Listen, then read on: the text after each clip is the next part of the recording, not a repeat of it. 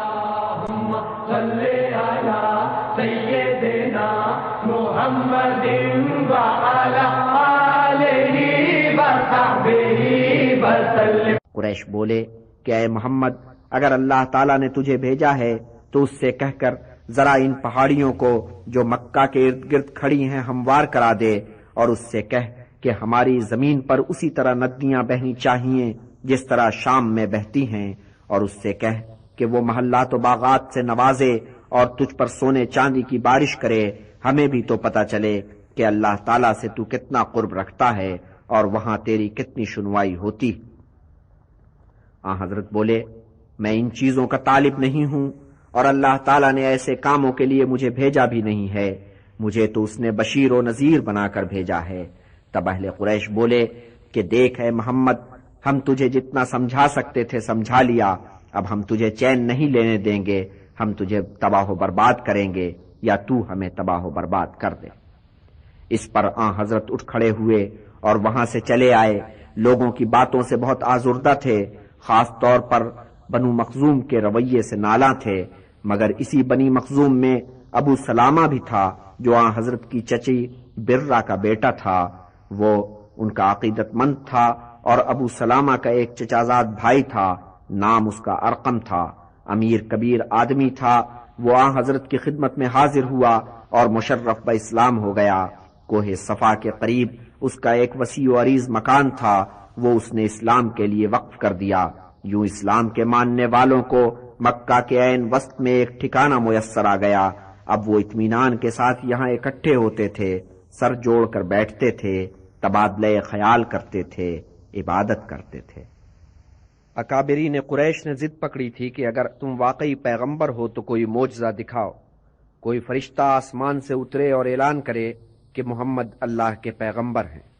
معجزے کے لیے اصرار بڑھتا جا رہا تھا اور حضرت خاموش تھے، اور وہ چاندنی رات تھی، 14ویں کا چاند آسمان پر جلوہ گر تھا، اور صحرا میں دور تک چاندنی کا کھیت بچھا ہوا تھا۔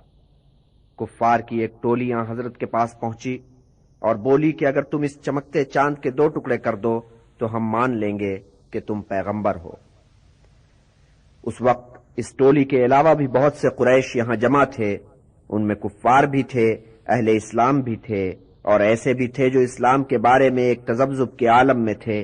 اس چیلنج کو سب نے سنا اور سب کی آنکھیں آسمان کی طرف اٹھ گئیں جہاں بدر کامل پوری آب و تاب کے ساتھ چمک رہا تھا، اور اچانک انہوں نے دیکھا کہ چاند کے 2 ٹکڑے ہو گئے ہیں، ایک ٹکڑا غار حرا کی ایک سمت میں دبک رہا تھا، دوسرا ٹکڑا غار حرا کی دوسری سمت میں جھلملا رہا تھا۔ حضرت نے بآواز بلند کہا کہ اے لوگوں گواہ رہنا کہ تم نے چاند کو 2 ٹکڑے ہوتے دیکھا ہے۔ اہل ایمان کا تو ایمان تازہ ہو گیا، مسرت کی ایک لہر اٹھی اور وہ فرط عقیدت سے جھوم اٹھے، کافروں پہ اوس پڑ گئی، انہیں قائل نہیں ہونا تھا نہ ہوئے، بولے کہ محمد نے شوبدہ کیا ہے۔ اور اب اہل قریش نے اپنے آپ کو بے بس جان کر باہر سے کمک حاصل کرنے کی ٹھانی، انہوں نے 2 قاصد یثرب روانہ کیے اس ہدایت کے ساتھ کہ وہاں جا کر یہودیوں کے علماء دین سے ملو، محمد کا احوال سناؤ اور پوچھو کہ اے علماء دین یہود کہ تم اہل توریت ہو اور پیغمبروں کی ہم سے بڑھ کر شناخت رکھتے ہو، تم اس شخص کے بارے میں کیا کہتے ہو؟ یہودی ربیوں نے ان قاصدوں سے کہا کہ تم اس شخص سے 3 سوال کرو، اگر اس نے ان سوالوں کے صحیح جواب دے دیے تو سمجھ لو کہ وہ پیغمبر ہے، نہیں تو اسے کاذب جانو۔ پہلا سوال اس شخص سے یہ پوچھو کہ عہد قدیم میں وہ نوجوان کون تھے جو اپنی بستی سے نکل گئے، اور وہ کیا داستان حیرت ہے کہ ان سے وابستہ چلی آتی ہے۔ پھر اس سے یہ پوچھو کہ وہ کون سا دشت پیما تھا کہ مشرق اور مغرب دونوں سمتوں میں روئے زمین کی انتہا تک گیا، اور پھر اس سے پوچھو کہ روح کیا چیز ہے۔ اہل قریش نے حضرت کو بلا بھیجا اور 3 سوال کر ڈالے۔ حضرت نے فرمایا کہ میں کل ان سوالوں کا جواب دوں گا، لیکن جب دوسرے دن کفار مکہ نے ان سے جواب مانگے تو انہوں نے اگلے دن پر ٹال دیا۔ اس طور 15 راتیں گزر گئیں، کوئی وحی نہیں آئی۔ حضرت پریشان تھے کہ کفار کے سوالوں کا وہ کیا جواب دیں۔ آخر وحی آئی اور پھر آپ نے ایک ایک سوال کا جواب دیا کہ اے لوگو، وہ جوان جنہیں بستی سے نکلنا پڑا اصحاب کہف تھے کہ ایک غار میں جا سوئے اور 300 برس تک سوتے رہے، اور وہ دشت پیما جس نے مشرق و مغرب دونوں سمتوں میں روئے زمین کو انتہائی حد تک کھوند ڈالا ذوالقرنین تھا۔ اور رہا روح کا معاملہ، تو اے لوگو، روح کا علم آدمی کو نہیں دیا گیا، اس کے متعلق وہ تھوڑا بہت ہی جانتا ہے۔ ان جوابوں کو یہودی علماء تک پہنچایا گیا۔ وہ سخت سٹپٹائے کہ جواب تو ان کی توقع سے بڑھ کر درست تھے، مگر پتھر میں جونک نہیں لگا کرتی، قائل نہیں ہونا تھا، نہیں ہوئے۔ مگر ایسے لوگ جن کی سرداریاں نہیں تھیں، جن کے ایسے مفادات نہیں تھے کہ نئے مذہب سے خطرے میں پڑ جائیں، وہ یہ واقعات دیکھتے تھے اور متاثر ہوتے تھے، اور ان کی آنکھوں سے غفلت کے پردے اٹھتے چلے جا رہے تھے۔ اسلام آہستہ آہستہ لوگوں کے اندر سرایت کر رہا تھا، قبولیت کا سلسلہ بڑھتا چلا جا رہا تھا۔ اسلام قبول کرنے والوں میں بااثر شخصیتیں کم تھیں۔ مکہ کے نواح میں بسنے والے نوجوان طبقے کے لوگ، غلام یا وہ جو ابھی ابھی غلام سے آزاد ہوئے، بس اس قسم کے لوگ اسلام کو قبول کرنے میں پیش تھے، اور چونکہ وہ مکہ میں زیادہ اثر و رسوخ کے مالک نہیں ہوتے تھے، اس لیے قریش کے لیے انہیں ستانا آسان ہوتا تھا، اور غلاموں اور آزاد کردہ لوگوں کی تو بساط ہی کیا تھی، ان پر زیادہ ظلم ہوتا تھا۔ مثلا ایک بلال حبشی تھے جو امیہ کی غلامی میں تھے اور مسلمان ہو گئے تھے۔ اس شخص نے اس غریب مسلمان پر کیا کیا ستم ڈھائے، چلچلاتی دھوپ میں لٹا کر سینے پہ پتھر رکھ دیتا اور مارنا شروع کرتا، کہتا کہ کر اسلام سے توبہ، مگر بلال بھی صبر و استقلال کا پیکر تھے، کوڑے کھاتے جاتے اور وحدت خداوندی کا اعلان کرتے جاتے۔ آخر حضرت ابو بکر نے ایک غلام تبادلے میں دے کر انہیں اپنی ملکیت میں لیا اور آزاد کر دیا۔ اسی طرح یاسر، ان کی بیوی سمیہ اور عمار نے اپنی کم حیثیتی کی وجہ سے کیسے کیسے ظلم سہے، مگر کتنے صابر لوگ تھے کہ پائے ثبات میں کبھی ذرا بھی لغزش نہ آئی۔ مگر ظلم و ستم بڑھتے ہی چلے گئے، اور ہر آدمی تو بلال نہیں ہوتا، مسلمانوں کے لیے اذیتیں ناقابل برداشت ہوتی چلی گئیں۔ تب آن حضرت نے ایک تجویز پیش کی، فرمایا کہ اہل ایمان، یہ وقت بے شک بھاری ہے، اچھا ہو کہ تم تھوڑے عرصے کے لیے مکہ سے کنارہ کرو اور کسی اور قریے میں جا کر پڑاؤ کرو۔ یہاں سے دور ایک دیس حبشہ کا ہے، جہاں کا بادشاہ منصف مزاج اور رحم دل ہے، تم وہاں پہنچ جاؤ تو سکھ کا سانس لوگے۔ رسول نے فرمایا اور اہل ایمان نے مانا، حبشہ کے سفر کی تیاریاں ہونے لگیں۔ مکہ کی زندگی اسی طرح رواں دواں تھی، مگر کچھ لوگ خاموشی سے اس شہر سے نکل گئے تھے، ان کے جانے کی کسی کو کانو کان خبر نہ ہوئی۔ خبر ہوئی تو اس وقت جب وہ حبشہ پہنچ چکے تھے۔ اس خبر سے کفار مکہ میں سخت کھلبلی پڑی، 100 طرح کے اندیشے پیدا ہوئے۔ سب سے بڑھ کر اندیشہ یہ تھا کہ کہیں دوسرے دیس میں جا کر وہ اپنے ہم خیال پیدا نہ کر لیں اور وہاں سے کمک لے کر یہاں آئیں۔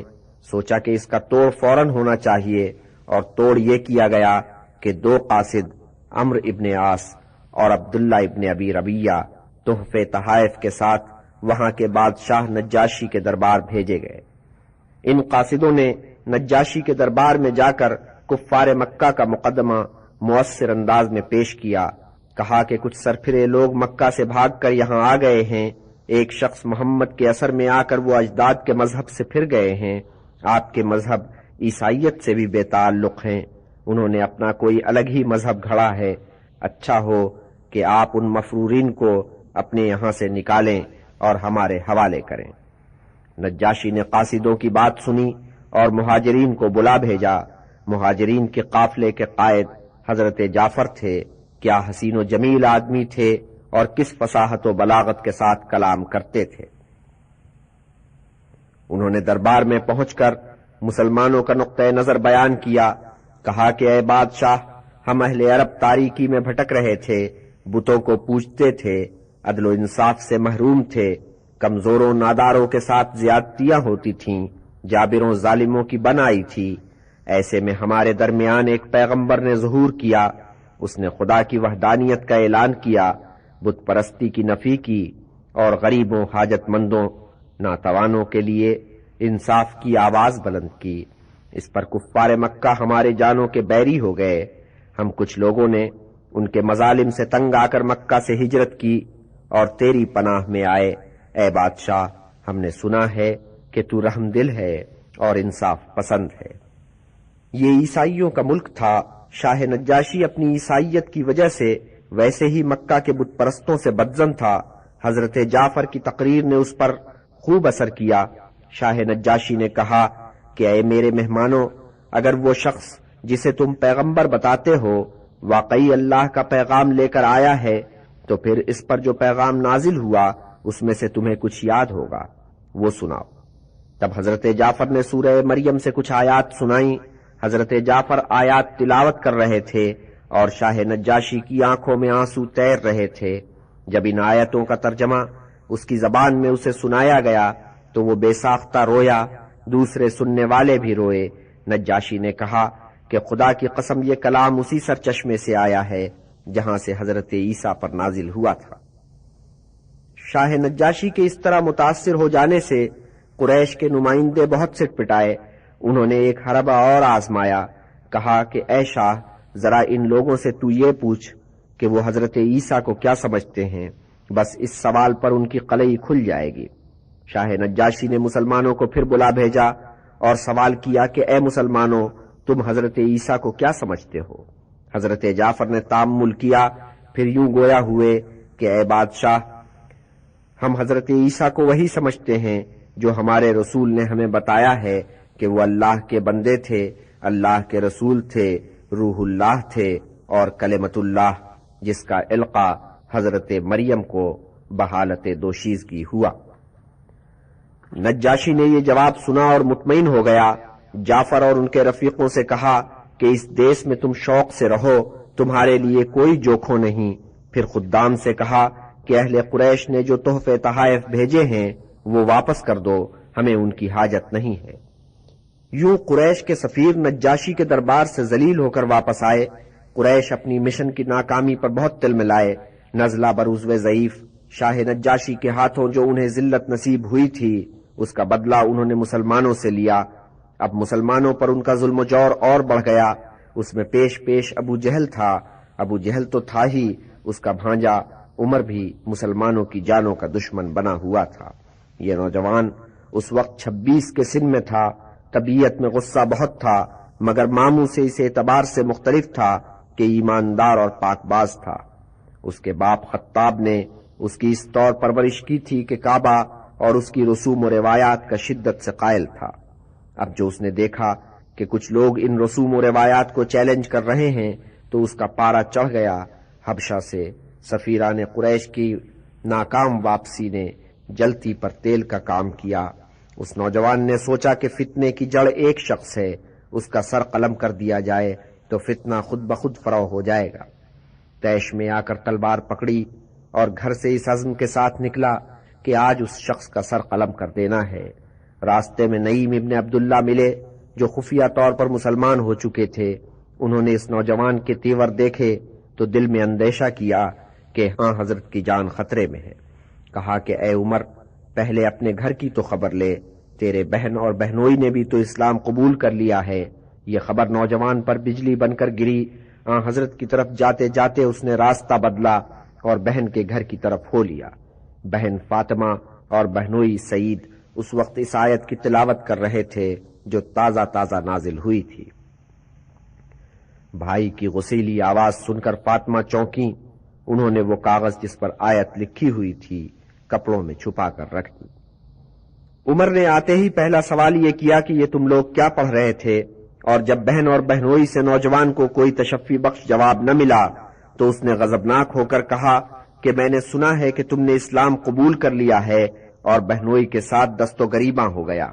بہن نے شوہر کو بھائی کی زد سے بچانے کی کوشش کی تو بھائی نے اس کے ایک مکہ رسید کیا کہ اس کی نکسیر بہہ نکلی۔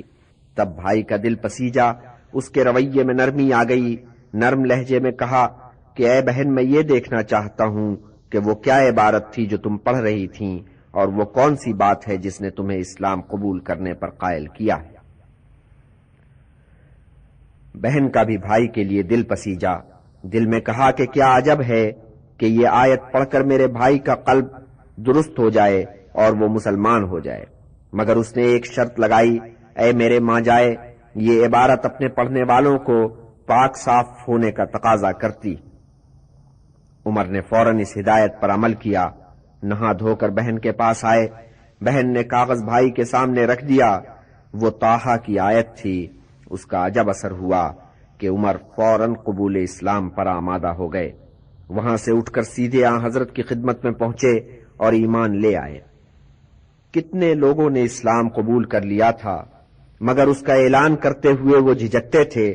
اسلام اندر ہی اندر دلوں اور دماغوں کو تسخیر کرتا چلا جا رہا تھا۔ کوئی واقعہ ہوتا اور اچانک پتہ چلتا کہ فلاں شخص بھی مسلمان ہو چکا ہے، مگر حضرت عمر اپنے ایمان کو چھپا کر رکھنے والوں میں سے نہیں تھے۔ وہ ڈنکے کی چوٹ مسلمان ہوئے۔ سب سے پہلے انہوں نے روب داب والے ماموں کا دروازہ کھٹکھٹایا۔ ابو جہل نے دروازہ کھولا، بھانجے کو دیکھ کر پوچھا کہ اے میری بہن کے بیٹے، اس وقت تو کون سا پیغام لے کر میرے پاس آیا ہے؟ بھانجے نے جواب دیا، اے میری ماں کے بھائی، میں تجھے یہ بتانے آیا ہوں کہ میں خدا اور اس کے رسول محمد صلی اللہ علیہ وسلم پر ایمان لے آیا ہوں، اور وہ رسول جو پیغام لے کر آیا ہے میں اس کی صداقت کی گواہی دیتا ہوں۔ ابو جہل نے کہا کہ تجھ پر خدا کی لعنت، اور یہ کہہ کر دروازہ بند کر لیا۔ حضرت عمر نے یہ شعار اپنایا کہ بے دھڑک خانہ کعبہ میں جا کر اسلامی آداب کے مطابق عبادت کا فریضہ بجا لاتے۔ حضرت حمزہ بھی اس معاملے میں کم نہیں تھے، اسلام کا ذکر فکر علل اعلان کرتے تھے، دوسرے مسلمانوں کو بھی اس اعلان پر ابھارتے تھے۔ اہل قریش ان دونوں کو طرح دے جاتے تھے، جانتے تھے کہ یہ روب میں نہیں آئیں گے اور خم ٹھونک کر مقابلے میں کھڑے ہو جائیں گے، مگر وہ یہ بھی گوارا نہیں کر سکتے تھے کہ مسلمان مکہ میں دندناتے پھریں اور خانہ کعبہ میں آ کر آزادانہ طور پر اپنی عبادت بجا لائیں۔ اکابر قریش ایک مرتبہ پھر سر جوڑ کر بیٹھے اور انہوں نے سوچ بچار کیا کہ ان سرپھروں کا کیا علاج کیا جائے، اور اس مرتبہ انہوں نے یہ طے کیا کہ سارے بنی ہاشم کا مقاطعہ کیا جائے۔ بات یہ تھی کہ ایک ابو لہب کو چھوڑ کر باقی سارے بنی ہاشم، قطع نظر اس سے کہ ان میں سے کون مسلمان ہوا تھا اور کون نہیں ہوا تھا، اس ہاشمی فرزند کی حمایت پر کمر بستہ رہتے تھے۔ تو فیصلہ یہ ہوا کہ بنی ہاشم کی بیٹی لی جائے، نہ ان کے ہاں اپنی بیٹی دی جائے، نہ ان سے لین دین کیا جائے۔ اس مضمون کا ایک تحریری معاہدہ ہوا اور اس پر قریش کے کم و بیش 40 اکابر نے اپنی مہر ثبت کی۔ بنی مطلب نے بنی ہاشم کا ساتھ چھوڑنے سے انکار کیا تو ان سے بھی قطع تعلق کر لیا گیا۔ بنی ہاشم کے بیچ مرکزی شخصیت ابو طالب تھے، سو اب سب بنی ہاشم نے اپنے اپنے گوشے سے نکل کر اس نشیبی علاقے میں پڑاؤ ڈالا جہاں ابو طالب رہتے تھے اور جسے شاب ابو طالب کہا جاتا تھا۔ حضرت اور بی بی خدیجہ بھی یہیں آ کر رہنے لگیں، اور ابو لہب نے جو پہلے سے یہاں رہتا تھا اپنا سامان اٹھایا اور اہل قریش کے قرب میں جا کر رہنے لگا۔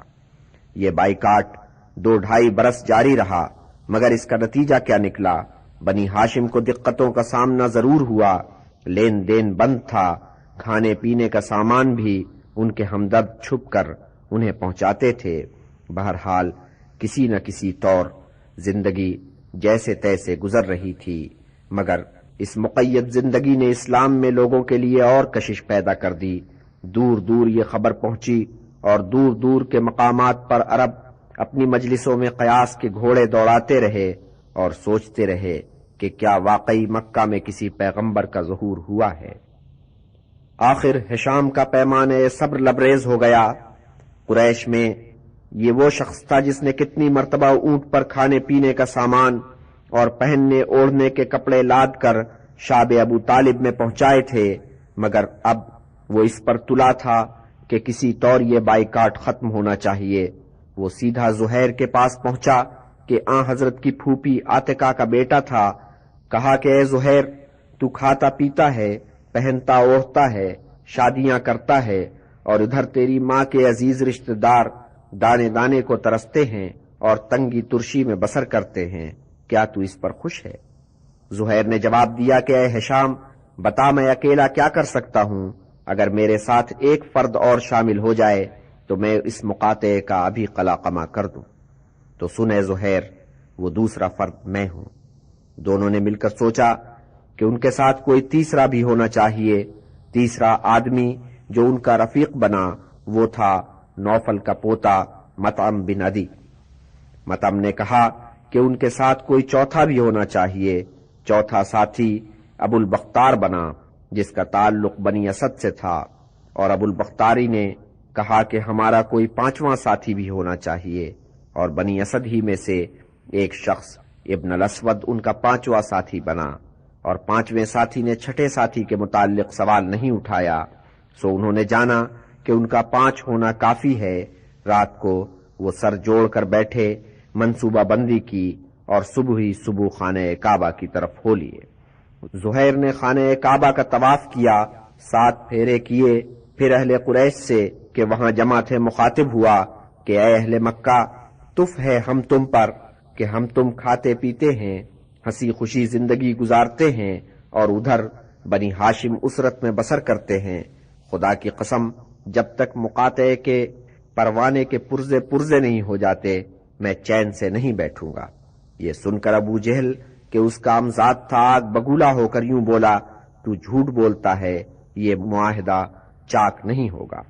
اس پر خماہ کھڑا ہوا اور بولا کہ اے ابو جہل، تو زیادہ بڑا جھوٹا ہے، ہم تو اس معاہدے کے حق ہی میں نہیں تھے۔ فوراً ہی ابو البختاری کھڑا ہوا اور بولا کہ خماہ نے صحیح کہا، اس معاہدے میں جو کچھ رقم ہوا اس سے ہمیں اتفاق نہیں ہے، نہ ہم اس کے پابند۔ تب مطعم کھڑا ہوا اور یوں مخاطب ہوا، تم دونوں صحیح کہتے ہو، اور جو اس کی صحت سے انکار کرتا ہے وہ جھوٹا ہے۔ پھر ہشام نے اٹھ کر اس بیان کی تائید کی، اور جب ابو جہل نے الزام لگایا کہ تم پانچوں نے راتوں رات یہ سازش کی ہے، تو مطعم بے کہے سنے اٹھا اور کعبہ کے اندر چلا گیا۔ فوراً ہی واپس آیا، اس کے ہاتھ میں معاہدے کا کاغذ تھا، مگر اس شکل میں کہ دیمک نے ساری عبارت کو چاٹ لیا تھا۔ جو عبارت باقی رہ گئی تھی وہ بس اتنی تھی، بسم اللہ۔ قریش پہلے ہی یہ باتیں سن کر اس معاہدے کے بارے میں دو دلے ہو گئے تھے۔ اب جو انہوں نے معاہدے کے کاغذ کو دیکھا تو دیمک کی کارروائی کو معاہدے کے خلاف ایک حتمی شہادت جانا اور معاہدے سے منحرف ہو گئے۔ ابو جہل نے جب یہ دیکھا کہ یہ تو ہوا کا رخ ہی بدلا ہوا ہے تو اس نے چپ سادھ لی۔ یوں مقاطعے کا خاتمہ ہوا اور بنی ہاشم سرخرو ہوئے۔ ادھر حبشہ میں مسلمانوں تک یہ خبر پہنچی کہ مقاطعہ ختم ہو گیا ہے۔ وہاں تو سوکھے دھانوں پر پانی پڑ گیا، وطن کی یاد دلوں میں کروٹ لینے لگی، واپسی کی تیاریاں ہونے لگیں۔ حضرت جعفر اور عبداللہ ابن جہش تو اپنی جگہ جمے رہے، مگر باقیوں کے لیے اب وطن سے دور رہنا مشکل ہو گیا تھا۔ کتنوں نے یہ سوچ کر مکہ کا رخ کیا کہ اگر ان پر کوئی افتاد پڑی تو ان کے قبیلے والے انہیں بچا لیں گے، مگر ابو سلمہ اور ام سلمہ کو اپنے قبیلے والوں سے کسی خیر کی توقع نہیں تھی۔ سو ابو سلمہ نے مکہ میں داخل ہونے سے پہلے حضرت ابو طالب کو کہ اس کے ماموں تھے پیغام بھیجا کہ آپ ہمیں اپنی پناہ میں لے لیں۔ ابو طالب نے یہ درخواست منظور کر لی۔ اس پر بنی مخزوم بہت چیں بجبی ہوئے، کہا کہ اے ابو طالب، تو نے محمد کو اس بنا پر پناہ دی کہ وہ تیرے قبیلے سے ہے اور تیرا بھتیجا ہے، مگر ابو سلمہ تو ہمارے قبیلے سے ہے، اسے تو نے کیا سوچ کر پناہ دی؟ ابو طالب نے جواب دیا کہ اے بنی مخزوم، ابو سلمہ میری بہن کا بیٹا ہے، اگر میں اپنے بھائی کے بیٹے کو اپنی پناہ میں لے سکتا ہوں تو اپنی بہن کے بیٹے کو اپنی پناہ میں کیوں نہیں لے سکتا؟ اس موقع پر ابو لہب نے بھی بھائی کا ساتھ دیا، اور بنی مخزوم نے یہ سوچ کر کہ ابو لہب کی، جو ان کا اتنا سرگرم رفیق ہے، مخالفت نہیں مول لینی چاہیے، سو وہ بہت کچھ سوچ سمجھ کر چپ ہو گئے۔ اصل میں اب ابو لہب کچھ اور سوچ رہا تھا۔ ایسا نہیں ہے کہ مسلمانوں کی طرف سے اس کا دل موم ہو گیا تھا، وہ یہ دیکھ رہا تھا کہ ابو طالب تو اب قبر میں پاؤں لٹکائے بیٹھے ہیں، ان کے بعد سرداری اسے ملنی ہے، تو اس موقع پر بنی ہاشم سے بنا کر رکھنی چاہیے کہ وہ وقت آنے پر اس کی سرداری میں کھنڈت نہ ڈالیں۔ ابو طالب بے شک اب بہت بوڑھے ہو گئے تھے، مگر ان کی آنکھ بند ہونے سے پہلے وہ بیوی دنیا سے سدھار گئیں جو آن حضرت کے دکھ سکھ میں 25 برس سے شریک چلی آ رہی تھیں۔ وہ آن حضرت کی خالی زوجہ نہیں تھیں، یار و غمگسار بھی تھیں، مشیر بھی تھیں، آڑے وقت میں آپ کو سہارا دیتی تھیں، نازک معاملات میں عقل مندی کے ساتھ مشورے دیتی تھیں۔ اس وقت بی بی خدیجہ 65 کے پیٹے میں تھیں اور آن حضرت 50 کے سن میں تھے۔ یہ 619 عیسوی کا واقعہ ہے۔ مقاطعہ ابھی تھوڑے دن ہوئے ختم ہوا تھا۔ بی بی خدیجہ اللہ کو پیاری ہوئیں اور آن حضرت پہ غم کا پہاڑ ٹوٹ پڑا۔ ابھی یہ غم تازہ تھا کہ ایک اور غم کا پہاڑ سر پر آن کھڑا ہوا۔ ابو طالب مرض الموت میں گرفتار ہوئے۔ وہ ان کا آخری وقت تھا کہ اکابر قریش ان کے پاس آئے اور یوں بولے کہ اے ابو طالب، خدا تجھے شفا دے، مگر زندگی کا کیا بھروسہ اور موت کا کیا اعتبار؟ ہماری خواہش ہے کہ تیرے جیتے جی تیرے بھتیجے اور ہمارے درمیان افہام و تفہیم ہو جائے۔ اچھا ہو کہ ہم رہو اور رہنے دو کے مسلک کو اپنائیں، کچھ اس کی بات ہم مان لیں، کچھ ہماری بات وہ مان لیں۔ ابو طالب نے آن حضرت کو بلایا اور اکابر قریش کی پیشکش سے انہیں آگاہ کیا۔ آن حضرت نے فرمایا کہ میں بس ایک بات کہتا ہوں، اسے یہ لوگ مان لیں۔ اکابر قریش نے پوچھا وہ کیا بات ہے؟ فرمایا کہ بس اتنا اقرار کر لو کہ اللہ تعالیٰ کے سوا اور کوئی خدا نہیں ہے۔ بس اس ایک بات پر اکابر قریش بگڑ گئے۔ کیا توقعات باندھ کر آئے تھے، اپنا سا منہ لے کر چلے گئے۔ ادھر ابو طالب نے آخری سانس لیا اور دنیا سے سدھار گئے۔ مہربان چچا کا سایہ سر سے اٹھ گیا۔ ویسے تو ابو لہب بھی کہ اب ابو طالب کا جانشین تھا، چچا ہی تھا، مگر وہ تو پہلے ہی سے بھتیجے کے مسلک پر خار کھائے بیٹھا تھا۔ اب اس کی بن آئی۔ اس کے سلوک کو دیکھ کر سب اہل قریش شیر ہو گئے۔ اب آن حضرت کے سر پر کوئی شفقت کا ہاتھ نہیں تھا۔ مکہ کی زمین آپ پر تنگ ہوتی چلی گئی۔ اہل قریش کو اب کون روکنے ٹوکنے والا تھا؟ کون سی بدسلوکی تھی جو انہوں نے آن حضرت سے روا نہیں رکھی؟ جب اہل مکہ کی زیادتیاں حد سے گزر گئیں، تب آن حضرت نے سوچا کہ شہر سے باہر نکل کر دیکھنا چاہیے کہ کون ان کا حامی و مددگار ہو سکتا ہے۔ آپ مکہ سے نکلے اور طائف کی راہ لی۔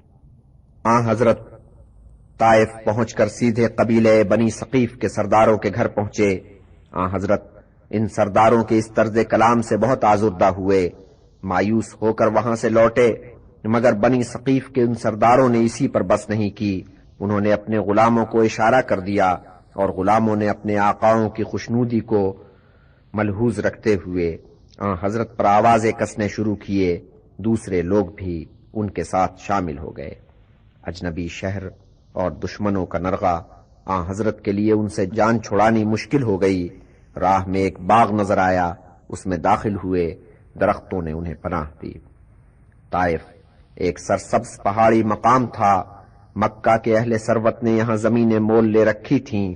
مکہ جب گرمی سے جلنے بھوننے لگتا تو وہ تبدیلی آب و ہوا کی غرض سے اس ٹھنڈے مقام پر آ جاتے۔ یہ باغ بھی مکہ کے دو فرزندوں عتبہ اور شیبہ کی ملکیت تھا اور دونوں اس وقت باغ میں موجود تھے۔ انہوں نے اپنی آنکھ سے دیکھا کہ اہل طائف نے مکہ کے ایک فرزند سے کیا سلوک کیا۔ شہر کے رشتے سے انہوں نے اس غیر بستی میں آن حضرت سے ایک رشتہ محسوس کیا۔ ان کا دل تھوڑا نرم پڑا۔ اپنے عیسائی غلام اداس کو بلا کر انگوروں کا ایک خوشہ دیا اور ہدایت کی کہ جا اور اس غریب الوطن شخص کو یہ انگور پیش کر۔ اداس نے جا کر آن حضرت کی خدمت میں انگور پیش کیے۔ آن حضرت نے بسم اللہ کہہ کر انگور کھائے۔ اداس نے حیرت سے آپ کو دیکھا اور کہا کہ اس دیس میں تو یہ کلمہ کسی کی زبان سے میں نے نہیں سنا، آپ کی زبان پر کیسے آیا؟ آن حضرت نے اس غلام کو غور سے دیکھا اور پوچھا کہ اے بھائی، تو کس دیس سے آیا ہے اور تیرا نام کیا ہے؟ اداس نے جواب دیا، میں نینوا کی مٹی ہوں، نصارہ سے تعلق رکھتا ہوں۔ اچھا، تو گویا تو اس مرد حق پرست کے شہر سے آیا ہے جو یونس کہلاتا تھا اور متی کا بیٹا تھا۔ اداس نے تعجب کیا اور بولا کہ اے مرد حق آگاہ، تو متی کے بیٹے یونس کو کس طور جانتا ہے؟ اے بھائی، متی کا بیٹا یونس تو میرا بھائی برادر ہے، وہ پیغمبر تھا اور میں بھی پیغمبر ہوں۔ یہ سن کر اداس پر عقیدت کی کیفیت طاری ہوئی۔ اس نے آگے بڑھ کر آن حضرت کے سر مبارک کو بوسہ دیا، پھر ہاتھوں کو چوما، پھر ان کے قدموں پر جھک گیا۔ عتبہ اور شیبہ نے دور سے یہ منظر دیکھا اور تعجب کیا۔ جب اداس واپس آیا تو اس سے پوچھا کہ اے اداس، تو نے کیا دیکھا کہ اس شخص سے اس قدر عقیدت کا اظہار کیا؟ اداس نے کہا، اے میرے آقا، اس وقت روئے زمین پر اس شخص سے بڑھ کر اور کوئی نہیں ہے۔ اس نے مجھ سے وہ باتیں کہی ہیں جو صرف کوئی پیغمبر ہی کہہ سکتا ہے۔ انہوں نے کہا کہ اے اداس، ہوش کی دوا کر، تیرا مذہب اس شخص کے مذہب سے بہت برتر اور اعلیٰ ہے۔ ہاں حضرت، جب طائف سے واپس ہوئے تو کتنے افسردہ تھے۔ طائف نے آپ کو قبول کرنے سے انکار کر دیا تھا اور مکہ دشمنوں سے بھرا ہوا تھا۔ عجب تذبذب کا عالم تھا کہ آخر دشمنوں کے درمیان کس طرح واپس جائیں۔ ایسے میں آپ کو اپنی والدہ کے قبیلے کا خیال آیا۔ سوچا کہ بنی ہاشم تو اب غیر بن چکے ہیں، ماں کے قبیلے سے رجوع کر کے دیکھا جائے۔ اس قبیلے کی اس وقت یہ صورت تھی کہ وہاں سب سے بااثر شخصیت اخنس کی تھی، مگر اخنس اس قبیلے سے تعلق نہیں رکھتا تھا۔ ایک لمبی رفاقت کے سبب اس قبیلے نے اسے اپنا سردار بنا لیا تھا۔ سو جب حضرت نے اس شخص سے حمایت و امداد طلب کی تو اس نے جواب دیا کہ میں اس قبیلے میں سے نہیں ہوں، سو قبیلہ میری بات کیوں سنے گا؟ سو میں کس بوتے پر تمہارا حامی و مددگار بنوں؟ اخنس سے مایوس ہو کر حضرت سہیل سے ملے، حمایت کی درخواست کی۔ اس نے بھی اپنی معذوری بیان کر دی۔ تب آپ نے بنی نوفل کے سردار مطعم سے رجوع کیا، اور مطعم ان 5 میں سے ایک تھا جنہوں نے قریش کی تحریک مقاطعہ کی منسوخی کی تحریک چلائی تھی۔ مطعم نے جواب میں کہلا بھیجا کہ آپ شوق سے شہر میں واپس آئیں، میں آپ کا حامی و مددگار بنتا ہوں۔ اور دوسرے دن صبح سویرے حضرت مکہ میں داخل ہوئے۔ مطعم اپنے بیٹوں اور بھتیجوں کی کمک کے ساتھ نمودار ہوا اور حضرت کا ہمراہی بن کر خانہ کعبہ میں داخل ہوا۔ ابو جہل نے پوچھا کہ اے مطعم، کیا تو بھی مسلمان ہو گیا؟ مطعم نے جواب دیا کہ ہم نے محمد کو اپنی پناہ میں لے لیا ہے، اور بنی مخزوم نے مطعم کی اس خواہش کے سامنے سر تسلیم خم کر دیا۔ وہ علی اور جعفر کی بہن ام ہانی کا مکان تھا، اور حضرت نے اس نیک بی بی کی گزارش پر اس شب اس گھر میں آرام کرنے کی نیت باندھی تھی، لیکن تھوڑی نیند کے بعد آپ کی آنکھ کھل گئی۔ اٹھے اور خانہ کعبہ کی راہ لی۔ وہاں پہنچ کر نیند نے آپ پر پھر غلبہ کیا۔ آپ سو گئے اور یوں بیان کیا آپ نے اس شب کی واردات کو کہ میں محو خواب تھا کہ جبریل امین نے مجھے ٹھوکا دے کر جگایا۔ میں ہڑبڑا کر اٹھا، ارد گرد دیکھا پر کسی کو نہ پایا۔ تب میں پھر سو گیا اور پھر جبریل امین نے مجھے جھنجھوڑ کر جگا دیا۔ میں جاگا اور کسی کو نہ پا کر پھر سو گیا۔ تیسری بار پھر جبریل امین نے مجھے جھنجھوڑا، بازو پکڑ کر اٹھایا اور مجھے مسجد کے دروازے پر لے گئے۔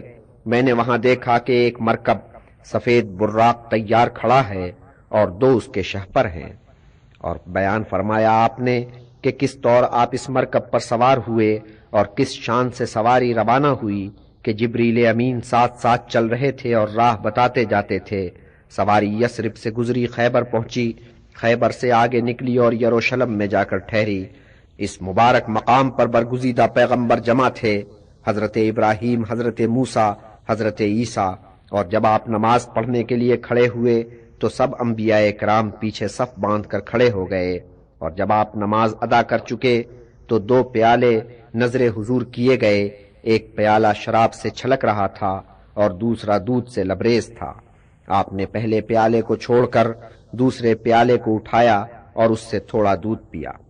تب آپ پھر براق پر سوار ہوئے اور براق نے جبریل امین کی رہبری میں بلندیوں میں پرواز کی، حتیٰ کہ وہ زمان و مکان کی حدوں سے آگے نکل گیا، اور جب آپ 7 آسمانوں سے گزر رہے تھے تو آپ کو وہ انبیاء دکھائی دیے جو یروشلم میں نظر آئے تھے، مگر اب جسم کی قید سے آزاد تھے اور آسمانی مخلوق نظر آتے تھے، اور آپ حیران ہوئے کہ ان کے پیکر کس طرح منقلب ہو کر بالکل نورانی ہو گئے ہیں۔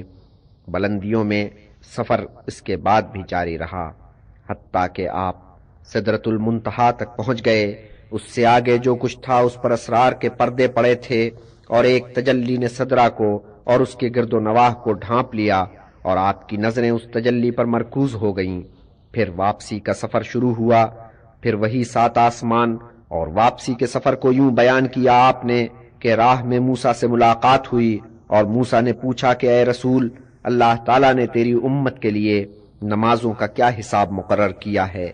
میں نے کہا کہ دن میں 50 نمازیں۔ موسیٰ نے کہا کہ نمازوں کی ذمہ داری کڑی ہے اور تیری امت ناتواں، واپس جا اور ان نمازوں میں تخفیف کرا۔ میں واپس گیا اور اللہ تعالیٰ سے تخفیف کی گزارش کی اور اللہ تعالیٰ نے 10 نمازیں کم کر دیں۔ میں واپس ہوا تو پھر موسیٰ سے ملاقات ہوئی اور ان کے پوچھنے پر میں نے بتایا کہ اب نمازیں 40 رہ گئی ہیں۔ انہوں نے کہا کہ یہ بھی بہت زیادہ ہیں۔ میں پھر اللہ تعالیٰ کے حضور میں پہنچا، پھر 10 نمازوں کی تخفیف ہوئی۔ میں بار بار خدا تعالیٰ کے حضور گیا، بار بار تخفیف کی گزارش کی، حتیٰ کہ ایک دن اور ایک رات میں کل ملا کر 5 نمازیں رہ گئیں۔ حضرت جبرائیل کی معیت میں آسمانوں سے اترے اور یروشلم میں پڑاؤ کیا اور جس راستے سے آئے تھے اسی راستے سے واپس مکہ چلے۔ کتنے کارواں راہ میں رواں دواں نظر آئے، انہیں تیزی سے پیچھے چھوڑتے گئے، آگے چلتے گئے۔ ابھی رات باقی تھی کہ خانہ کعبہ میں جا پہنچے اور وہاں سے ام ہانی کے مکان پر پہنچے، اور ام ہانی نے یوں بیان کیا کہ صبح نکلنے سے ذرا پہلے رسول اللہ نے ہم لوگوں کو جگایا، اور جب ہم صبح کی نماز ادا کر چکے تو حضور نے فرمایا کہ اے ام ہانی، کل شام میں نے تمہارے ساتھ نماز پڑھی تھی، پھر میں یروشلم گیا اور وہاں نماز ادا کی، اور اب تم دیکھ رہی ہو کہ میں نے صبح کی نماز تمہارے ساتھ ادا کی ہے۔ یہ فرما کر حضور کھڑے ہوئے اور جانے لگے تو میں نے ان کا دامن پکڑ کر کھینچا اور منت کی کہ یا رسول اللہ، آپ اس کا ذکر لوگوں سے مت کیجئے، وہ آپ کو جھوٹا جانیں گے اور آپ کی توہین کریں گے۔ اور رسول اللہ نے اس کا جواب دیا کہ قسم ہے اپنے رب کی، میں لوگوں سے اس کا ذکر ضرور کروں گا۔ حضرت مسجد میں پہنچے اور جو لوگ وہاں حاضر تھے ان سے انہوں نے اپنے سفر یروشلم کا ذکر کیا۔ دشمنوں کو خدا ایسا موقع دے، بس انہوں نے آپ کی تضحیک شروع کر دی۔ قریش کا کون فرد یہ نہیں جانتا تھا کہ قافلہ مکہ سے شام تک کا سفر 1 مہینے میں طے کرتا ہے اور واپسی کا سفر بھی اتنا ہی وقت لیتا ہے۔ اور رسول اللہ بیان کر رہے تھے کہ وہ رات میں یروشلم گئے اور واپس بھی آ گئے۔ لوگوں میں اس پر بہت چیمگوئیاں ہوئیں۔ کسی نے حضرت ابو بکر سے کہا کہ تمہارا پیغمبر کیا کہہ رہا ہے؟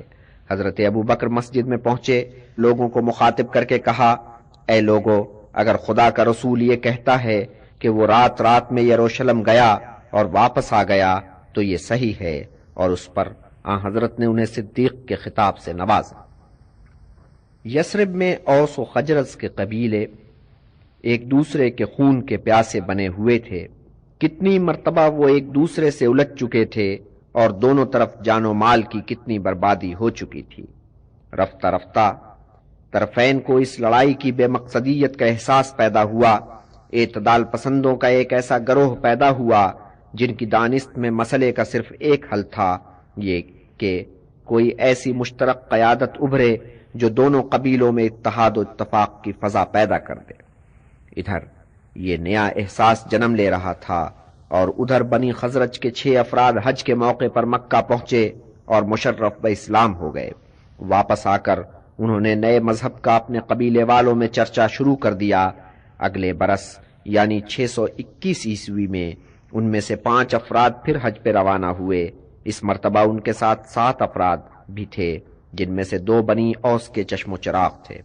مکہ جا کر یہ 7 افراد اسلام لے آئے اور پھر یثرب کے ان 12 مسلمانوں نے حضرت کے سامنے پیش ہو کر ایک پیمان کیا کہ ہم اللہ تعالیٰ کو لا شریک جانیں گے، زنا، کذب و افتراء، چوری چکاری، ایسی ہر اخلاقی برائی سے اجتناب کریں گے۔ حضرت نے فرمایا کہ اے اہل یثرب، اگر تم اپنے پیمان پر قائم رہے تو تمہارے نصیبے میں جنت لکھی گئی، اگر تم اس سے منحرف ہوئے اور ان میں سے کوئی گناہ تم سے سرزد ہو جائے تو اگر تمہیں اس کی سزا مل گئی تو گناہ کی تلافی ہو جائے گی، اگر تم نے گناہ کی پردہ پوشی کی تو پھر قیامت کے دن خدا تم سے سمجھے گا، چاہے تو بخش دے چاہے جہنم میں ڈال دے۔ جب یہ 12 مسلمان واپس جانے لگے تو حضرت نے مصعب ابن عمیر کو ان کے ہمراہ کیا۔ مصعب کا فریضہ یہ ٹھہرا کہ یثرب میں ان کے ساتھ رہ کر انہیں اسلام کی تعلیمات سے آگاہ کریں۔ مصعب نے وہاں پہنچ کر اسد ابن زرارہ کے مکان پر قیام کیا، اور اسد ابن زرارہ ان 6 افراد میں سے تھے جو پچھلے حج کے موقع پر مکہ پہنچ کر مسلمان ہوئے تھے۔ وہاں پہنچ کر مصعب کو نماز میں پیش امام کا فریضہ بھی انجام دینا پڑا، اس لیے کہ اگرچہ یہ لوگ مسلمان ہو گئے تھے جن میں بنی اوس و بنی خزرج دونوں قبیلوں کے افراد شامل تھے، مگر دونوں قبیلوں کے مسلمانوں میں سے کوئی دوسرے قبیلے کے مسلمان کے پیچھے نماز پڑھنے کے لیے تیار نہیں تھا۔ یوں اوس اور خزرج والوں میں بہت کٹا چھنی تھی، مگر آپس میں شادی بیاہ کا سلسلہ قائم تھا۔ سو اسد ابن زرارہ اگرچہ خزرجی تھا، مگر اوس کے ایک گھرانے کے سردار سعد ابن معاذ کا خالہ زاد بھائی تھا۔ سعد ابن معاذ اسلام کا سخت مخالف تھا۔ ایک دن اس نے دیکھا کہ ایک باغ میں مجلس جمی ہے، درمیان میں اسد بیٹھا ہے، اس کے ساتھ مصعب اور کچھ دوسرے ایسے ہیں جو نئے نئے مسلمان ہوئے ہیں۔ سعد ابن معاذ کا تو خون کھول اٹھا۔ اس نے اپنے نائب کو بلا کر کہا، اگر سعد میرا خالہ زاد بھائی نہ ہوتا تو میں خود جا کر ان مبلغین اسلام کی خبر لیتا۔ اب تو جا اور ان سے کہہ کہ یہاں سے لمبے بنو، اور خبردار جو آگے کبھی اس طرف کا رخ کیا۔ مگر یہ نائب وہاں جا کر ان کی گفتگو سن کر ایسا بدلا کہ فوراً ہی مسلمان ہو گیا۔ اب تو سعد ابن معاذ کو اور بھی غصہ آیا، تیش میں بھرا اس مجلس میں پہنچا اور کھری کھری سنائی۔ اسد سے کہا کہ برادر تو رشتہ داری کا بہت ناجائز فائدہ اٹھا رہا ہے۔ اسد، مصعب اور دوسرے مسلمانوں نے تحمل سے سعد کی تند و تلخ باتیں سنی، اسے تھوڑا ٹھنڈا کیا، پھر سمجھایا کہ اسلام کی کیا تعلیمات ہیں، پھر قرآنی آیات سنائیں۔ سعد ابن معاذ کہاں آگ بنا ہوا تھا، کہاں پانی ہو گیا، وضو کیا، توبہ کی، کلمہ پڑھا اور مسلمان ہو گیا۔ پلٹ کر اپنے قبیلے میں گیا اور خطاب کیا کہ اے میرے قبیلے والو، تم میرے بارے میں کیا رائے رکھتے ہو؟ قبیلے والوں نے یک زبان ہو کر کہا، اے معاذ کے بیٹے سعد، ہم تجھے اپنا سردار جانتے اور مانتے ہیں، تیری سمجھداری کے قائل ہیں، تجھے صاحب الرائے تسلیم کرتے ہیں۔ تب سعد یوں گویا ہوا، تو اے میرے قبیلے والو سنو کہ میں تم میں سے کسی مرد سے اور کسی عورت سے اس وقت تک کلام نہیں کروں گا جب تک وہ اللہ تعالی اور اس کے رسول پر ایمان نہیں لائے گا۔ اور شام ہوتے ہوتے سعد کا پورا قبیلہ مشرف پہ اسلام ہو چکا تھا۔ مصعب نے اس شہر مبارک میں 11 ماہ قیام کیا۔ جب حج کا موسم آیا تو وہ واپس مکہ گئے اور آن حضرت کو اس شہر کا احوال سنایا کہ اوس اور خزرج کے کتنے لوگ اسلام قبول کر چکے ہیں۔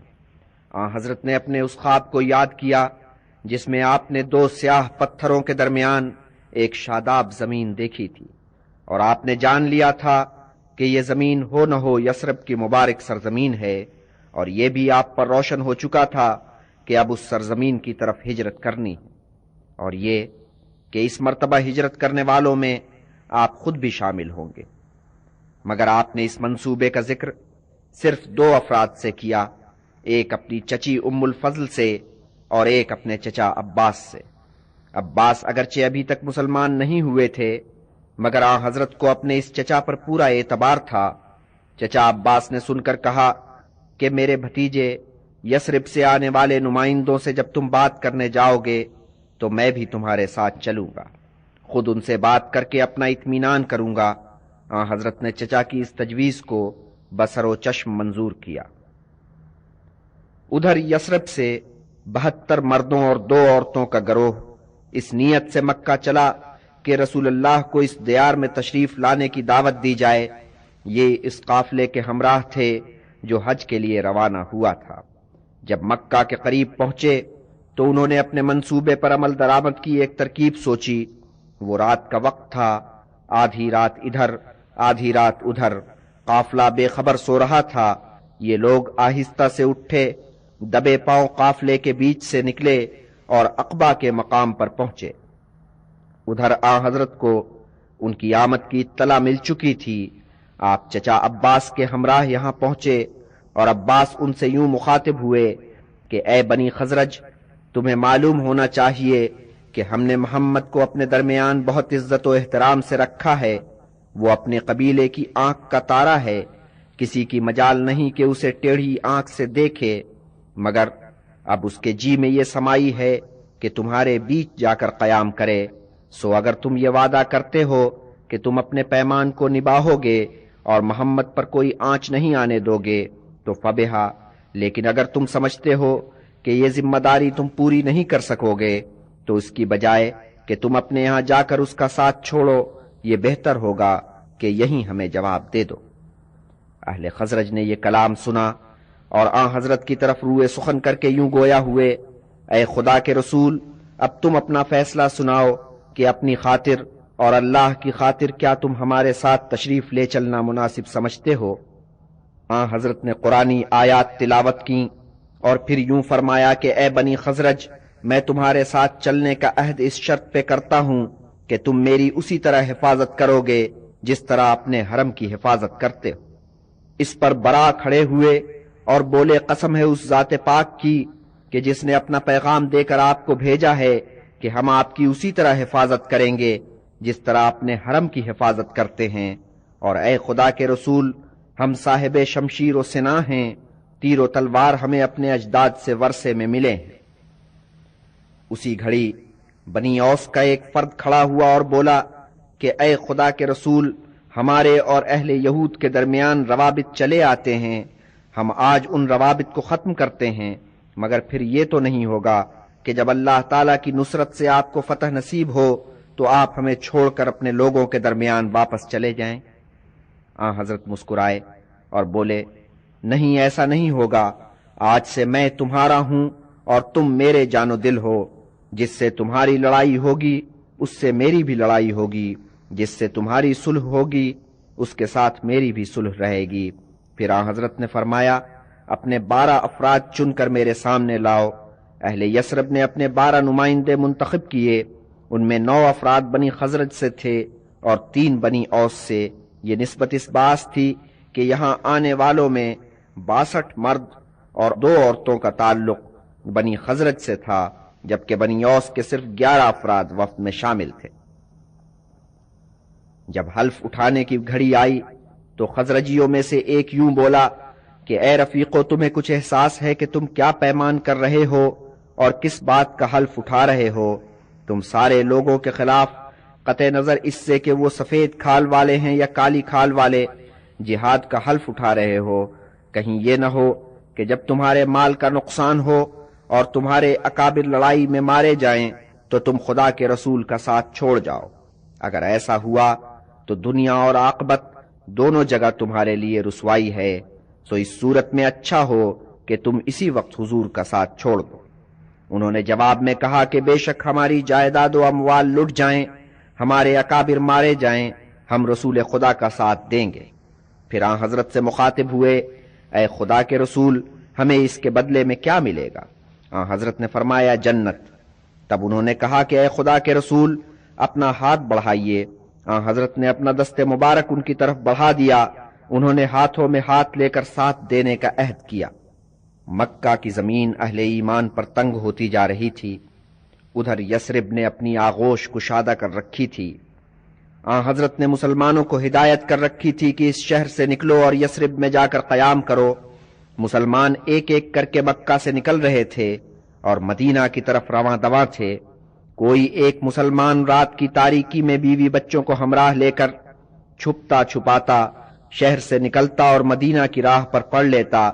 کتنے مسلمان گھرانے شہر سے نکل گئے تھے، کتنے نکل جانے کے لیے تیار بیٹھے تھے۔ مکہ مسلمانوں سے خالی ہوتا جا رہا تھا۔ اہل قریش کا ماتھا ٹھنکا، وسوسے میں پڑ گئے کہ آخر یہ لوگ یثرب کی طرف کیوں رواں دواں ہیں؟ کیا وہاں جا کر کوئی نیا گل کھلائیں گے اور ہمارے لیے کوئی نئی مصیبت کھڑی کریں گے؟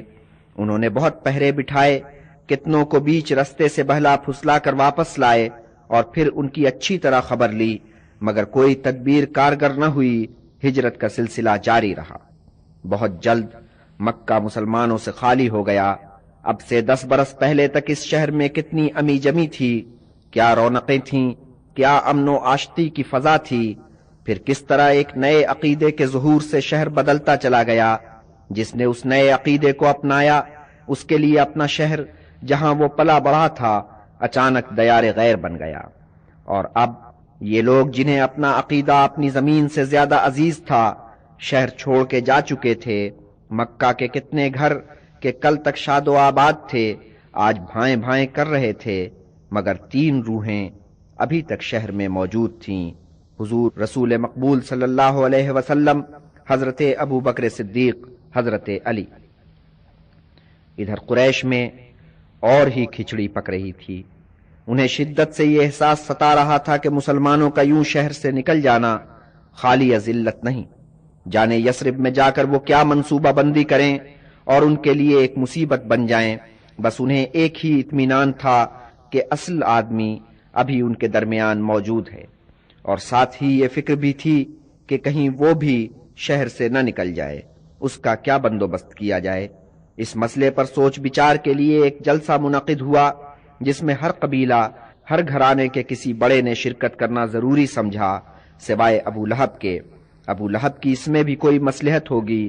اس جلسے میں اس مسئلے پر بڑی بحث ہوئی کہ محمد کا کیا علاج کیا جائے اور کیا ترکیب کی جائے کہ وہ شہر سے باہر نہ نکل سکیں۔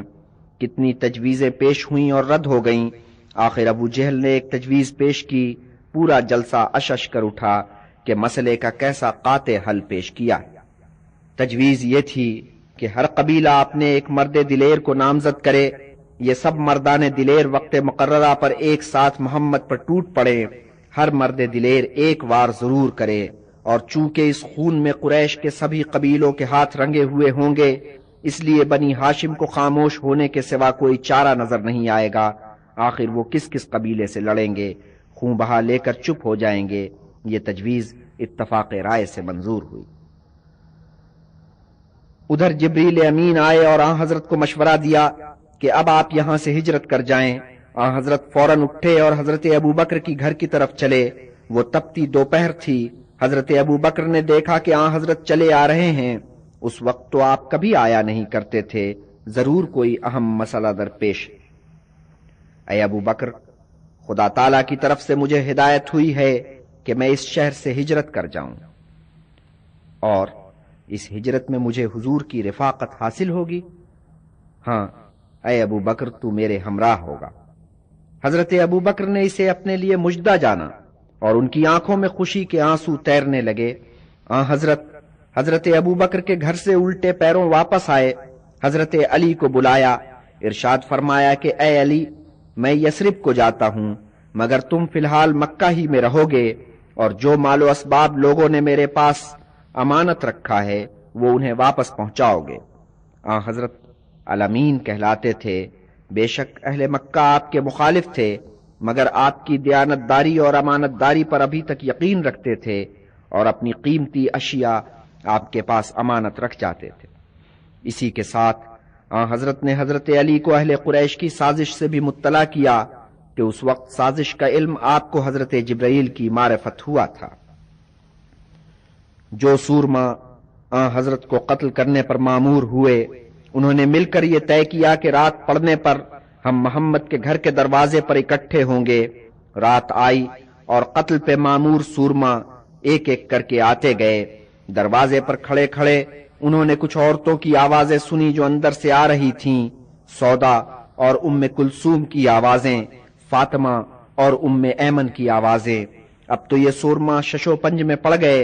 ایک بولا کہ اے رفیقو، اگر ہم دیوار پھاند کر گھر میں پہنچے تو ہم تو عربوں کی برادری میں رسوا ہو جائیں گے۔ ہر فرد و بشر ہم پر تھو تھو کرے گا کہ تم زنانے میں بے پوچھے گچھے بغیر کھانسے کھنکھارے داخل ہو گئے۔ تب انہوں نے مشورہ کیا اور یہ طے کیا کہ جب محمد گھر سے باہر آئیں تب ان پر ہلہ بولو، اگر رات کو نہیں تو صبح ہونے پر تو وہ ضرور گھر سے باہر قدم نکالیں گے۔ اندر حضرت اور حضرت علی، آپ کو احساس ہو گیا کہ باہر دروازے پر دشمن آن دھمکے ہیں۔ آپ نے اپنا لبادہ جسے اوڑھ کر سویا کرتے تھے حضرت علی کو دیا، فرمایا کہ اے علی، یہ میرا سبز حضرمی لبادہ لے، اسے اوڑھ کر میرے بستر پر سو جا، ان لوگوں کے ہاتھوں تیرا بال بھی بیکا نہیں ہوگا۔ یہ ہدایت دے کر آپ گھر سے نکلے، اور عجب ہوا کہ دشمنوں کی آنکھوں پر پردے پڑ گئے اور آپ ان کے درمیان سے گزرے اور آگے بڑھ گئے۔ جب آپ تشریف لے جا رہے تھے تو ایک شخص نے کہ مخالف سمت سے آ رہا تھا آپ کو دیکھا، اور جب آپ کے مکان کے قریب سے گزرا تو اس نے دیکھا کہ وہاں چند اشخاص جمع ہیں۔ اس نے ان سے کہا کہ عزیزو، اگر محمد کے لیے یہاں آئے ہو تو وہ تو یہاں نہیں ہیں، میں نے ابھی تھوڑی دیر ہوئی انہیں جاتے ہوئے دیکھا۔ اس پر یہ سورما سٹ پٹائے، مگر انہیں اس شخص کے بیان پر اعتبار نہیں آیا۔ بولے یہ کیسے ہو سکتا ہے؟ ایک نے کہا کہ میں نے محمد کو گھر میں جاتے ہوئے اپنی آنکھ سے دیکھا ہے، اور اس کے بعد سے کوئی اس گھر سے باہر نکل کر نہیں گیا۔ انہوں نے یہ کہنے کو تو کہا، لیکن پھر وہ شک میں پڑ گئے۔ آخر ان میں سے ایک نے کہا کہ میں جا کر ابھی تصدیق کیے لیتا ہوں۔ اسے خوب پتا تھا کہ آن حضرت کا بستر کہاں بچھا ہے، کہاں وہ آرام کرتے ہیں۔ اس نے جھانک کر دیکھا اور مطمئن ہو گیا۔ ساتھیوں سے آ کر کہا، میں نے دیکھ لیا ہے، محمد اپنے بستر پر محو خواب ہیں۔ سب ساتھی مطمئن ہو گئے۔ کتنے اطمینان کے ساتھ انہوں نے صبح ہونے کا انتظار کیا، اور جب صبح ہوئی تو دروازہ کھلا اور انہوں نے دیکھا کہ اندر سے علی برآمد ہوئے ہیں، اور وہی لبادہ اوڑھے ہوئے ہیں جسے اوڑھ کر آن حضرت آرام کیا کرتے تھے۔ ان کے تو ہاتھوں کے طوطے اڑ گئے۔ ہر سورما دوڑا ہوا اپنے قبیلے کے سردار کے پاس گیا اور خبردار کیا کہ ہمارا ہدف ہمارے ہاتھ سے نکل گیا ہے۔ اصل میں آن حضرت اپنے گھر سے نکل کر حضرت ابو بکر کی طرف گئے تھے۔ اس گھر پہ پہنچ کر حضرت ابو بکر کو ساتھ لے پچھلے دروازے سے شتابی سے نکلے اور اونٹوں پر جو آپ دونوں کے لیے تیار کھڑے تھے سوار ہوئے۔ ابو بکر کے ہمراہ ان کے صاحبزادے عبداللہ بھی تھے جو ان کے پیچھے اونٹ پر بیٹھے۔ مگر یہ مسافر یثرب کے راستے پر نہیں جا رہے تھے۔ انہوں نے جنوب کی طرف رخ کیا اور اس راہ پر پڑ لیے جو یمن کی طرف جاتی تھی۔ اس وقت ان کی منزل مقصود غار ثور تھا۔ وہ خوب جانتے تھے کہ جلد ہی قریش پر ان کی ہجرت کا راز کھل جائے گا اور وہ ان کی تلاش میں نکل پڑیں گے، اور وہ ادبدا کر انہیں یثرب جانے والی راہ پر تلاش کریں گے۔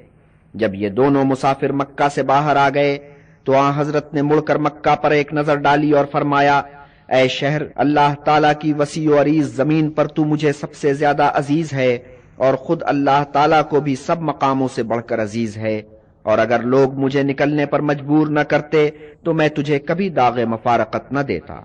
آپ نے یہ فرمایا اور غار ثور کی طرف روانہ ہو گئے۔ عمیر ابن فہر اپنی بھیڑوں کے گلے کو لے کر پیچھے پیچھے چلے۔ عمیر کو حضرت ابو بکر نے خرید کر غلامی سے آزاد کر دیا تھا۔ اب انہوں نے گدڑیے کا پیشہ اپنایا ہوا تھا، اور گلے کو لے کر پیچھے پیچھے چلنے میں مصلحت یہ تھی کہ اونٹوں کے قدموں کے نشان بھیڑوں کی چلت پھرت میں گم ہو جائیں۔ غار ثور میں پہنچ کر حضرت ابو بکر نے بیٹے کو رخصت کر دیا، اس ہدایت کے ساتھ کہ مکہ میں جا کر سن گن لو کہ آن حضرت کے غائب ہو جانے پر قریش کیا چیمگوئیاں کرتے ہیں اور کیا منصوبے باندھتے ہیں، اور رات کو آ کر ہمیں بتاؤ۔ دونوں اونٹ ان کے ساتھ کر دیے۔ عمیر کو ہدایت دی کہ دن بھر دوسرے گدڑیوں کے ساتھ مل کر معمول کے مطابق بھیڑے چراؤ، رات کو اپنے گلے کے ہمراہ عبداللہ کے پیچھے پیچھے آؤ۔ اگلی رات کو عبداللہ آئے، ان کے ساتھ ان کی بہن اسما بھی آئیں، کھانے پینے کا سامان ساتھ لائیں۔ عبداللہ یہ خبر لے کر آئے تھے کہ اہل قریش نے ڈونڈی پٹوا دی ہے کہ جو شخص محمد کو ڈھونڈ کر لائے گا اسے 100 اونٹ انعام میں دیے جائیں گے، اور شہسوار اس تلاش میں یثرب جانے والی راہ پر سر پر دوڑے جا رہے ہیں۔ قریش کا عام خیال تو یہی تھا کہ آن حضرت یثرب کی طرف روانہ ہوئے ہیں، مگر کچھ قیافہ شناسوں کا خیال یہ تھا کہ وہ یہیں کہیں مکہ کے ارد گرد پھیلی ہوئی پہاڑیوں میں سے کسی پہاڑی پر غار میں چھپے بیٹھے۔ سو ڈھونڈنے والوں نے سوچا کہ کیا مذائقہ ہے کہ انہی پہاڑیوں میں انہیں ڈھونڈا جائے۔ غار ثور کے ارد گرد کتنا سناٹا تھا، آدمی تو کیا کوئی چڑیا کا بچہ بھی دکھائی نہیں دیتا تھا، نہ آہٹ نہ آواز، مگر تیسرے دن خاموشی کا طلسم ٹوٹا، اور کتنے عجیب طریقے سے ٹوٹا۔ غار کے دہانے کے پاس پروں کی پھڑپھڑاہٹ سنائی دی اور کوہو کی آوازیں، کوئی فاختہ بول رہی تھی۔ خاموشی کا طلسم کتنے شیریں انداز میں ٹوٹا تھا، مگر دوسرے ہی لمحے قدموں کی آہٹ سنائی دی اور کچھ انسانی آوازیں۔